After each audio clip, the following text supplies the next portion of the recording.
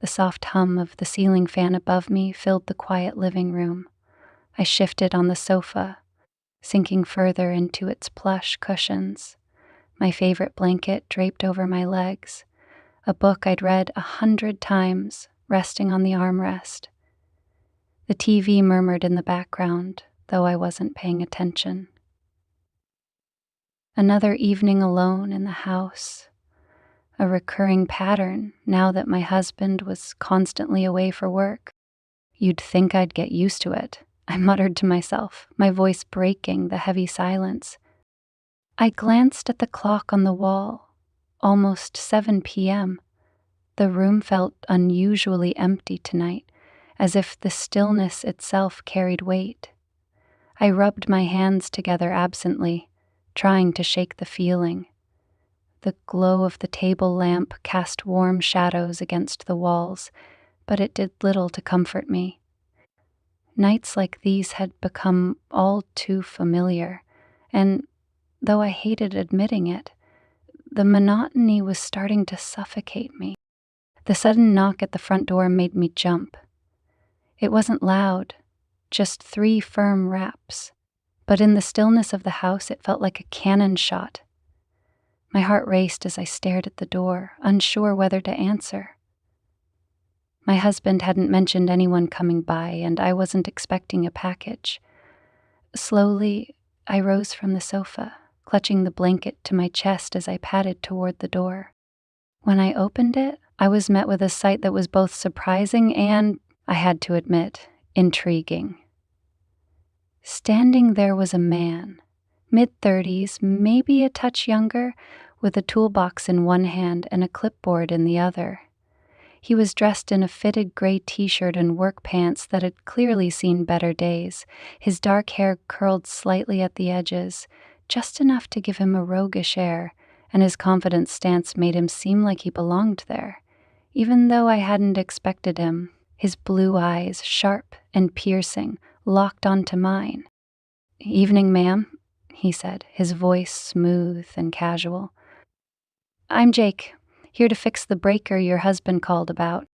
For a moment, I just stared at him, caught off guard by his sudden presence.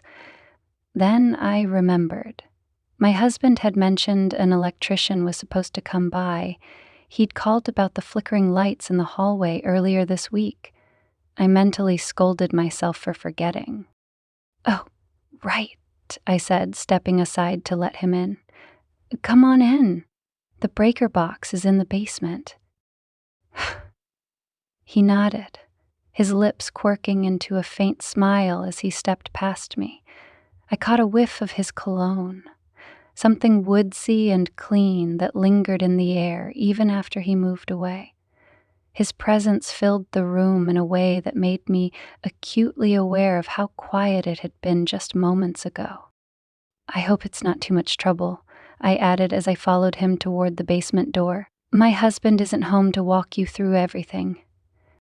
Jake glanced back at me, his expression easygoing. "No trouble at all. This is what I do."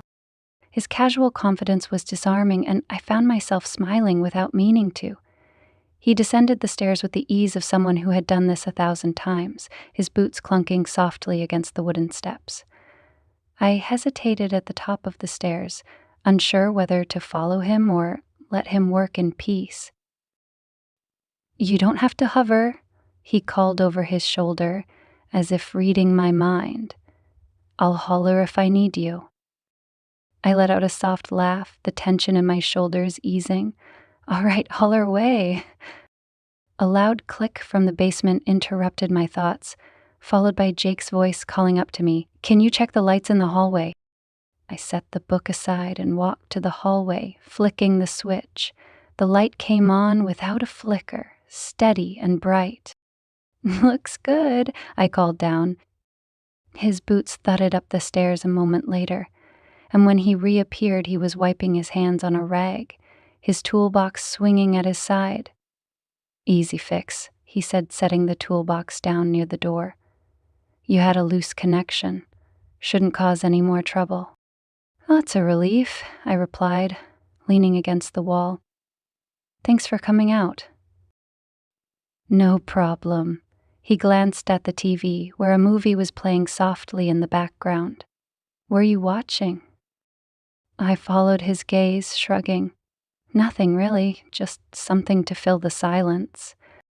Jake tilted his head slightly, his eyes scanning the room. "Quiet house. You live alone?"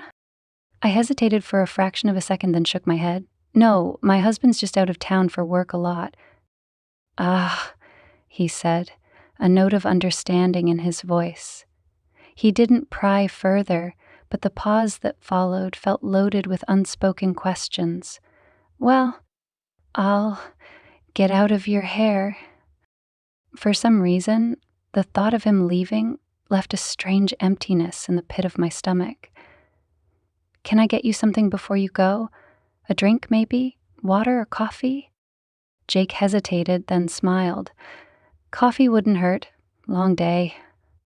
I nodded, gesturing toward the kitchen. "Make yourself comfortable. I'll get it." As I brewed the coffee, I couldn't help but glance toward the living room, where Jake had taken a seat on the edge of the sofa. He was scrolling through his phone, his posture relaxed, but his presence filled the room in a way that made it feel different, less empty. I brought the mug to him, and as I handed it over, our fingers brushed. It was the briefest of touches, but it sent a spark up my arm that I hadn't felt in years. I pulled my hand back quickly, hoping he hadn't noticed the flush creeping up my neck. "Thanks," he said, taking a sip. "You didn't have to do this." "It's no trouble," I replied, sitting down in the armchair across from him. "You've earned it." Jake smirked, the corner of his mouth quirking up. "You're easy to please." The playful remark caught me off guard, and I let out a laugh, shaking my head. "Well, I don't ask for much." For a moment we sat in comfortable silence, the movie still playing in the background. I found myself studying him out of the corner of my eye. The way his shoulders stretched under his shirt, the faint stubble on his jawline. He was striking in a way that made it hard to look away. "So," Jake said, breaking the silence, "what do you do to pass the time when your husband's away?" The question was innocent enough, but the way his eyes lingered on mine made my breath catch. I fumbled for an answer, suddenly hyper-aware of the thin sweater I was wearing and the fact that I wasn't wearing anything underneath. "I read," I said finally, my voice quieter than I intended. "Mostly." Jake's smirk widened, and he leaned back slightly, his eyes never leaving mine. "Reading's good, but it seems like you could use a little more excitement." I didn't know how to respond to that, so I didn't. Instead, I glanced away, the flush spreading to my cheeks. The room felt warmer somehow, the air charged with something I couldn't quite name. The room felt smaller, though neither of us had moved. Jake set his coffee mug down on the table between us, his fingers grazing the edge as he leaned forward slightly, his elbows resting on his knees. His gaze was steady, piercing, and I could feel the weight of it, even as I tried to pretend I wasn't affected. "You've got a nice place," he said casually, glancing around. "Comfortable. Feels lived in." "Thanks," I replied, my voice a little tighter than I intended. "We've been here a while. My husband likes to keep things simple." "And you?" His question hung in the air, light but deliberate. "Do you like it simple?" I froze for a moment, unsure how to respond. It wasn't a question about the house, not really. There was an edge to his tone, something suggestive that made my pulse quicken. I busied myself by fiddling with the edge of my blanket, pulling it tighter around my lap. "It works for us," I said finally, avoiding his gaze. "We're not flashy people." Jake tilted his head, his smirk returning. flashy isn't everything, I guess. The silence that followed wasn't uncomfortable, it was charged. He didn't look away, and for some reason, neither did I. My throat felt dry, my heart hammering against my chest as if it were trying to escape. "Do you mind if I turn this off?" he asked, gesturing toward the TV. "Feels like it's just background noise at this point." "Oh, of course," I said, fumbling for the remote. The sound of the movie vanished, leaving an almost oppressive quiet in its wake. I felt exposed, every rustle of my sweater and shift of the sofa seeming louder in the absence of distraction. Jake leaned back again, his arms stretching along the back of the sofa, his posture completely relaxed. "So, what's the book you're reading?" he asked, nodding toward the well-worn paperback on the armrest. "Oh, just an old favorite," I replied, glad for the shift in conversation. "Nothing too exciting, it's a comfort read." "Comfort," he repeated, the word rolling off his tongue like it meant something more. "That's important. Everyone needs a little comfort now and then." There it was again, that undertone, subtle but unmistakable. It made my stomach twist in ways I wasn't sure I wanted to unpack. I nodded, unsure how to respond, and before I could think of something, Jake stood. "I should probably get going," he said, stretching his arms above his head. His shirt lifted slightly, revealing a strip of taut, tanned skin just above his waistband.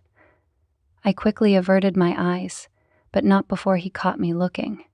His smirk widened. "Unless you need anything else." His question was polite, but there was something playful in it, a teasing challenge. I shook my head quickly. "No, you've done enough. Thank you." He nodded, picking up his toolbox, but instead of heading straight to the door, he paused, turning back to face me. "You sure?" he asked, his tone softer this time. "I don't mind sticking around for a bit." I blinked at him, my mouth suddenly dry. There was no mistaking the tension in the air now. It was palpable, heavy, and it wrapped around us like a fog. My mind raced, 1,000 thoughts swirling as I tried to make sense of what was happening. Was he just being friendly? Or was there something more to this? "I think I'm good," I said finally, my voice quieter than I intended. Jake held my gaze for a long moment before nodding slowly. "All right," he said, his voice low. "Well, if you ever need anything, you know how to find me."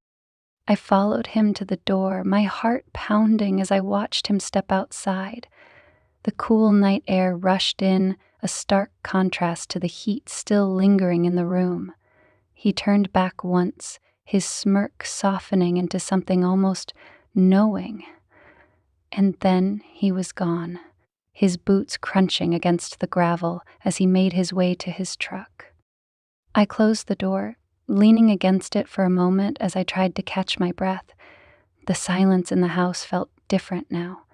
Not empty, but charged, as if the air itself was alive with the remnants of what had just transpired. My hands trembled slightly as I reached up to brush a strand of hair out of my face. What had just happened? Had I imagined it, or had there been something real, something tangible in the way he looked at me, the way his voice seemed to wrap around my thoughts and make me forget, just for a moment, that this was supposed to be an ordinary night? The next morning, I woke to sunlight streaming through the curtains. The house was as quiet as ever, but it didn't feel the same. My thoughts kept drifting back to Jake, the way he had stood so close, the warmth in his eyes, the weight of his words. I shook my head, trying to push the memory away. It was silly, I told myself, just a harmless encounter with a charismatic man, nothing more. But as the day wore on, I found myself distracted. Every time I walked past the sofa, I felt a strange pull, as if his presence still lingered there. I caught myself glancing out the window more than once, half expecting to see his truck pull into the driveway again. The thought sent a shiver down my spine, equal parts anticipation and guilt. By evening, I was restless. I tried reading, but the words blurred together on the page. I turned on the TV, but nothing held my attention. The house felt too big, too empty, and my own thoughts seemed louder than ever. When my phone buzzed on the coffee table, I grabbed it eagerly, hoping for some kind of distraction. It was a text from my husband. How'd the electrician do? Everything fixed?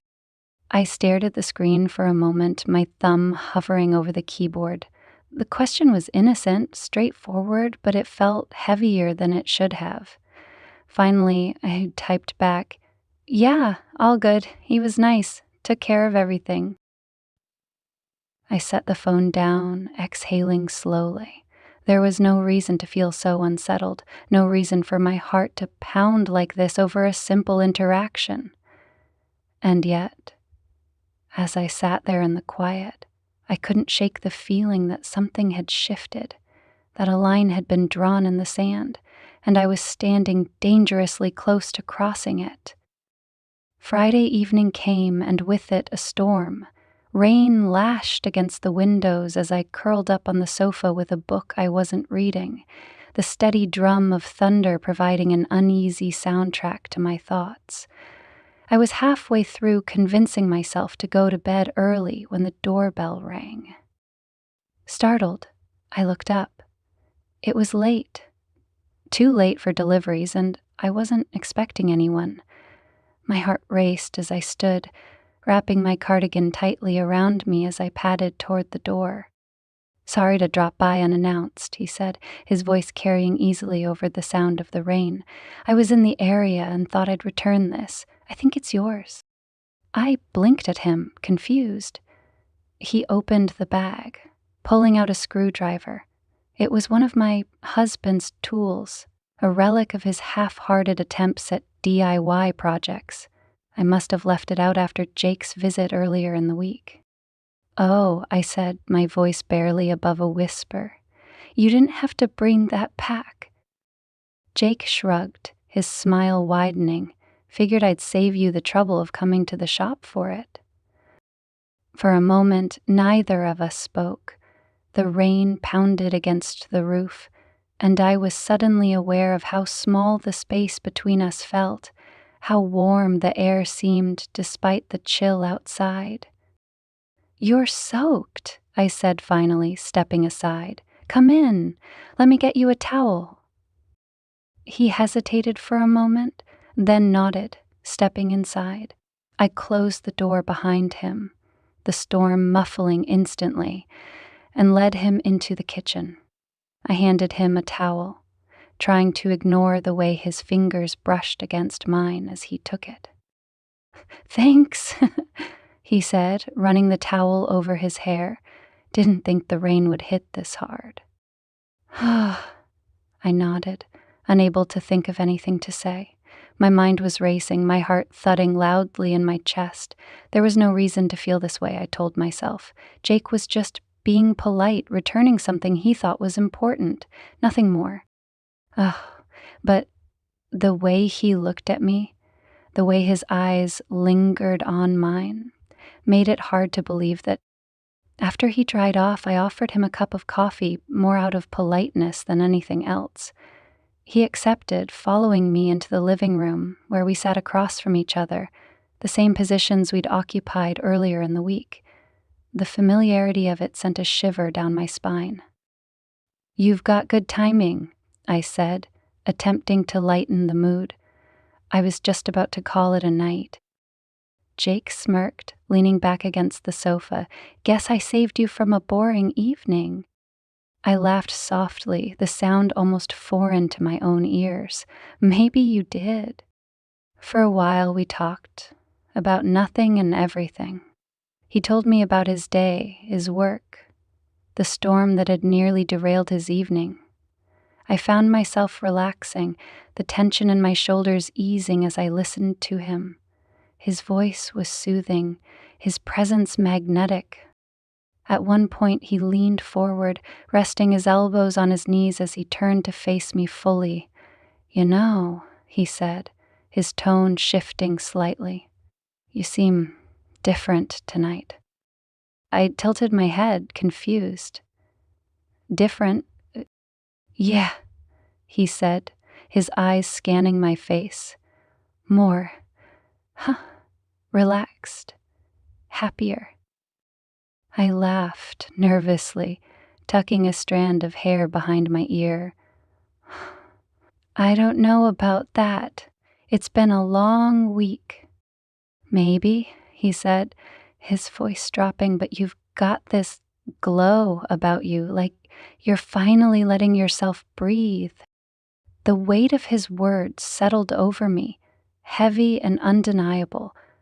I looked away, unable to meet his gaze. My pulse quickened, a familiar heat creeping up my neck. "I'm not sure what you mean," I said softly. Jake leaned closer, his voice low and deliberate. "I think you do." The silence that followed was thick, suffocating. I felt the weight of his gaze on me, the electricity in the air between us. My breath hitched as he reached out, his fingers brushing against mine. "Tell me to stop," he murmured, his voice barely above a whisper. I froze, every nerve in my body screaming at me to move, to speak, to do something. But I couldn't. I was caught, trapped in the pull of his eyes, the warmth of his touch, the undeniable gravity of the moment. I started, but the words caught in my throat. Jake's hand lingered for a moment longer before he pulled back, his expression unreadable. The tension in the room was palpable, heavy enough to drown in. "I should go," he said finally, his voice rough. He stood, his movements abrupt, and grabbed his jacket from the back of the chair. "Thanks for the coffee." But I didn't. "Good night," he said quietly, and then he was gone, disappearing into the storm. I closed the door slowly, leaning against it as I tried to catch my breath. My hands trembled, my mind racing as I replayed the moment over and over again. The house felt too quiet, too empty, and I was left with the overwhelming sense that something had shifted, something I couldn't take back. The house felt unbearably still after Jake left. The quietness was suffocating, as though it carried a weight that pressed against my chest. I turned off the lights and moved through the house in a daze, my thoughts swirling like the storm outside.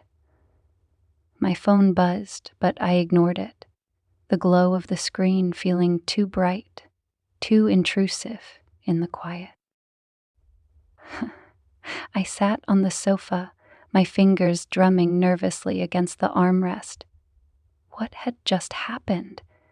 He hadn't crossed any clear boundaries, not really, but the tension between us, it was undeniable. His touch, his words, they lingered in the room like a faint, lingering perfume. The storm raged on outside, and I pulled the blanket tighter around me, trying to quell the gnawing feeling that had settled in the pit of my stomach. It wasn't guilt. No, I hadn't done anything wrong. But why did it feel like I had? Why did the thought of Jake linger so much, so deeply in my mind? Was it simply because he was charming? Or was it something more? As I sat there, the rain tapping rhythmically against the windows, I couldn't stop thinking about his face, his eyes that never seemed to look away, that steady gaze that made me feel seen in a way I hadn't felt in a long time. My pulse quickened, and my thoughts turned darker, more insistent. I tried to push them away, I needed to focus on something else, anything else, but the memory of his touch, how he'd leaned closer, his body so near mine, his voice so low, kept replaying in my head. I couldn't ignore the way I felt when his fingers brushed mine, the way my heart raced as he pulled back, his eyes never leaving mine. I grabbed my phone, then put it down again. It didn't feel right to call him. What would I even say? Thanks for stopping by? That was ridiculous. He had left, and that should have been the end of it. But it wasn't.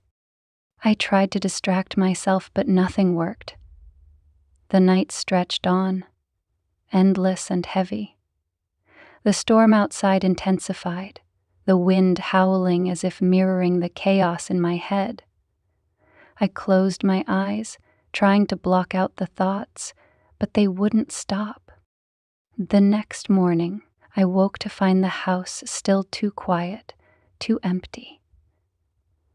I went through the motions, making coffee, getting dressed, taking care of things, but my mind was elsewhere. Every time I passed the door, I found myself expecting him to knock again. The thought made my stomach twist. I couldn't focus on anything. My husband texted me later, asking about the repairs. I responded briefly, telling him everything was fine, nothing to worry about. It felt strange to talk to him, to answer his questions, when I couldn't stop thinking about Jake, the man who had come into my life, even if just briefly, and disrupted everything. But as the evening approached, I couldn't help but wonder, what if? What if he came by again? What if he hadn't meant for things to feel so charged between us? What if he wasn't done? The uncertainty gnawed at me, pulling me in different directions. I told myself it was foolish, that nothing was going to happen, that I shouldn't be thinking this way, but it was hard to ignore the way my pulse raced whenever I thought of him. That night, I found myself sitting in the same spot on the sofa, staring at the TV but not really watching. My mind kept wandering back to the last time I saw him, the way his presence filled the room, the way his touch had felt electric. My breath hitched every time I replayed the moment, and soon I found myself reaching for my phone, my thumb hovering over his number. I shook my head, biting my lip. What was I doing? He was an electrician, nothing more. There was no reason for me to keep thinking about him, no reason for me to want him in my life any more than he already was. But as I set the phone down, I couldn't shake the feeling that something was drawing me to him, something I couldn't quite explain. My thoughts raced as I tried to calm myself, but it was clear that the tension from the other night wasn't gone. It was still there, hanging in the air like an unspoken promise. As the days passed, the thought of Jake didn't fade. It lingered like a shadow, always present, always just out of reach. I tried to focus on other things, work, chores, even simple tasks around the house, but nothing felt the same. Every time I caught sight of a truck driving down the street, my heart would leap, and I'd find myself hoping it was him. But it never was. Then, on a Thursday evening, the doorbell rang again. My heart skipped a beat as I stood up, my hands trembling as I reached for the doorknob. I didn't know what to expect, but I knew one thing. It was him. I opened the door to find Jake standing there just as he had before, rain-slicked and disheveled with a faint, knowing smile on his lips. "I thought I'd check in again," he said, his eyes searching mine. "Everything holding up?" For a moment, I couldn't speak, All I could do was nod, my thoughts spinning. This time, there was no pretense. I knew what was happening, and so did he. Jake's eyes held mine as if he were searching for an answer I didn't yet have the courage to give. My pulse raced, and my breath caught in my throat. This wasn't a routine checkup. He didn't need to be here, and we both knew it. I managed, my voice quieter than I intended. Everything's been fine. He nodded slowly, stepping out of the rain and into the house when I motioned for him to come in. Water dripped from his jacket onto the floor, the soft patter strangely loud in the otherwise silent house.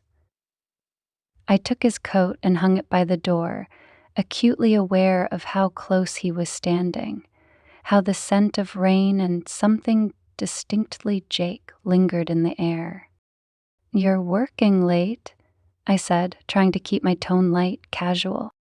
He shrugged, running a hand through his damp hair. "Not really, just finishing up a few things in the area." His gaze flicked to mine, and I swore I saw the corner of his mouth twitch. Thought I'd stop by, make sure everything was still working. The weight of his words wasn't lost on me. My cheeks flushed, and I looked away, motioning toward the living room. "Well, you're here now. Want some coffee? It's fresh." "Sure," he said, his voice low and steady. I busied myself in the kitchen, my hands trembling as I poured 2 mugs of coffee. What was I doing?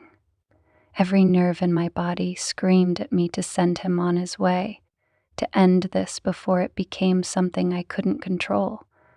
But I didn't. Instead, I brought the mugs into the living room, setting one on the table in front of him as he sank into the sofa.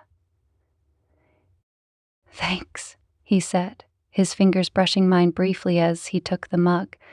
The contact was fleeting, but enough to send a shiver up my spine.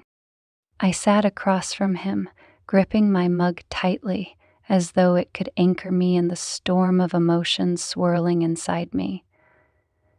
Jake leaned back, one arm draped casually over the back of the sofa, his gaze steady and unwavering.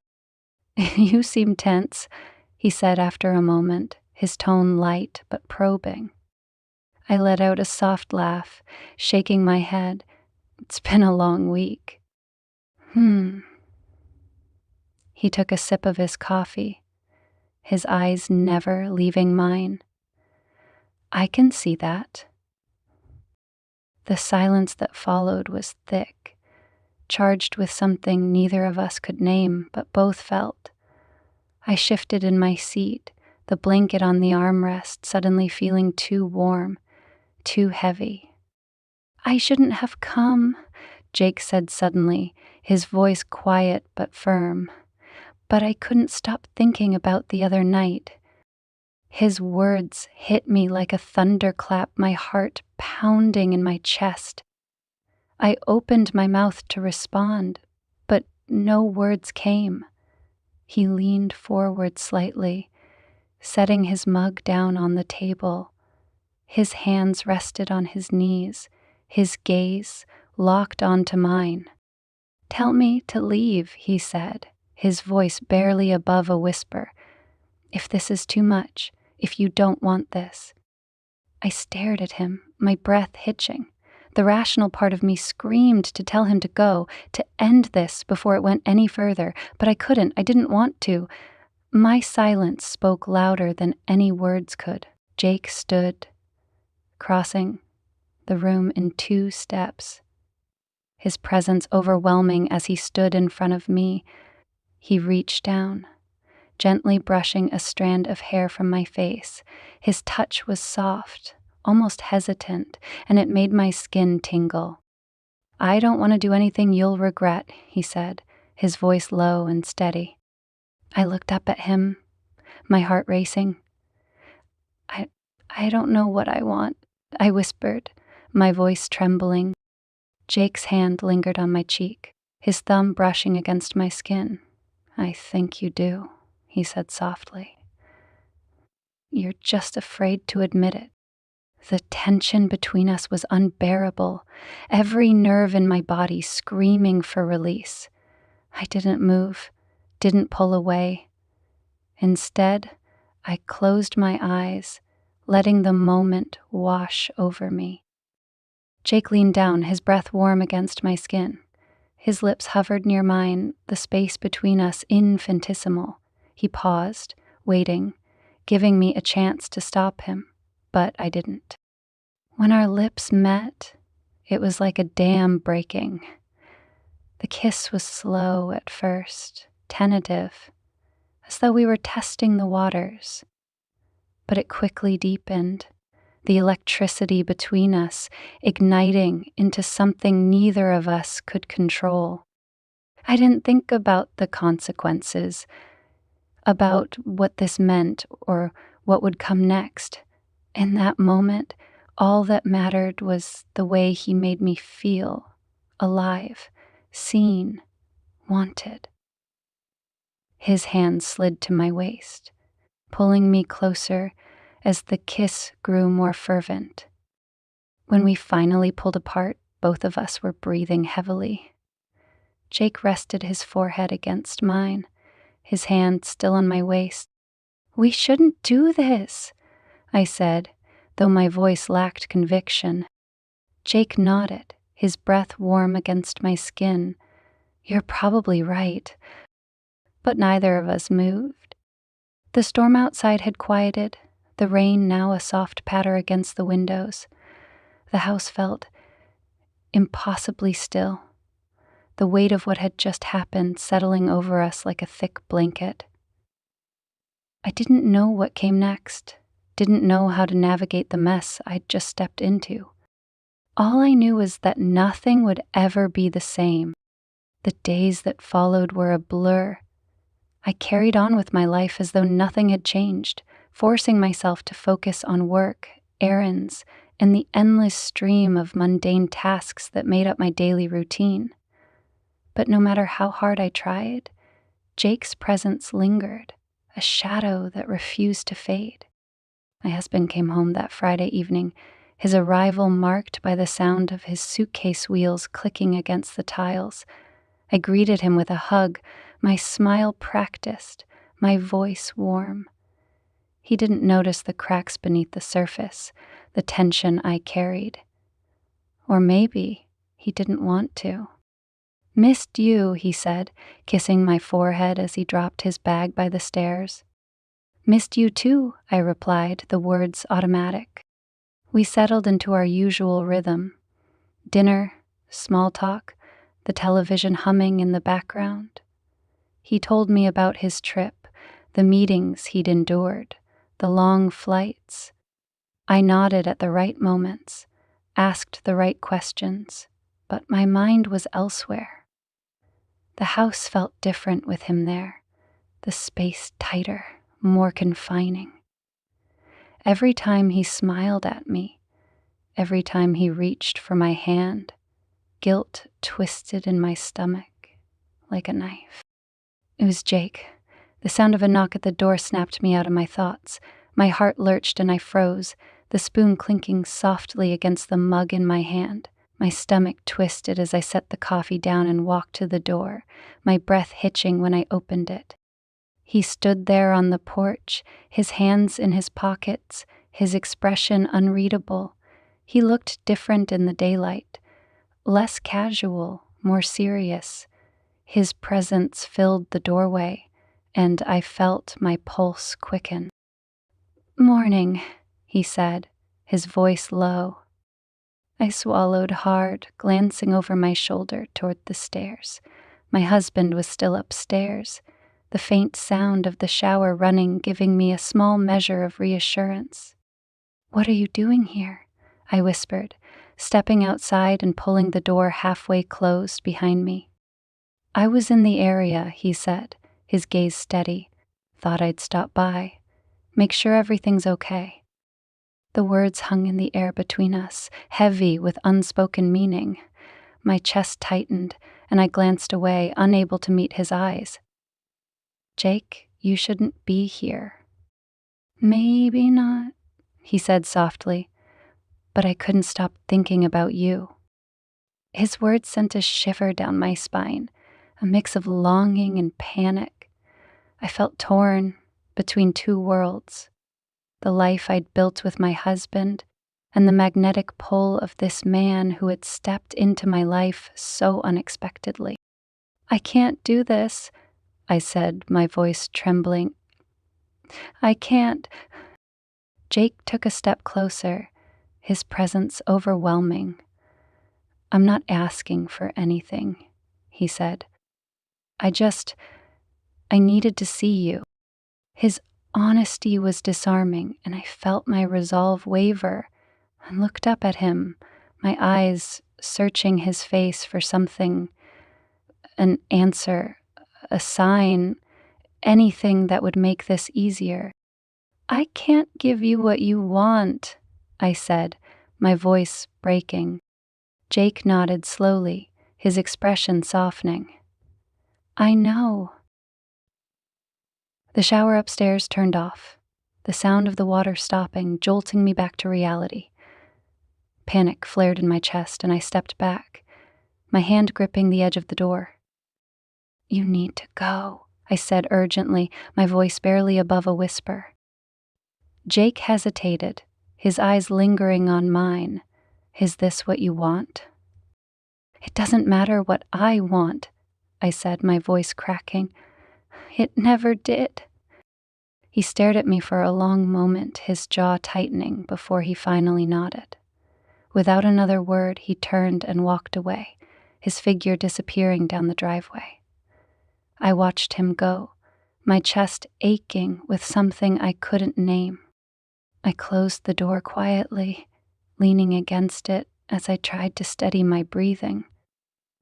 The sound of my husband moving around upstairs reminded me of the life I was supposed to be living, the person I was supposed to be. I couldn't let this happen again. I couldn't let myself fall any further. When my husband came down a few minutes later, he smiled at me, his hair damp from the shower.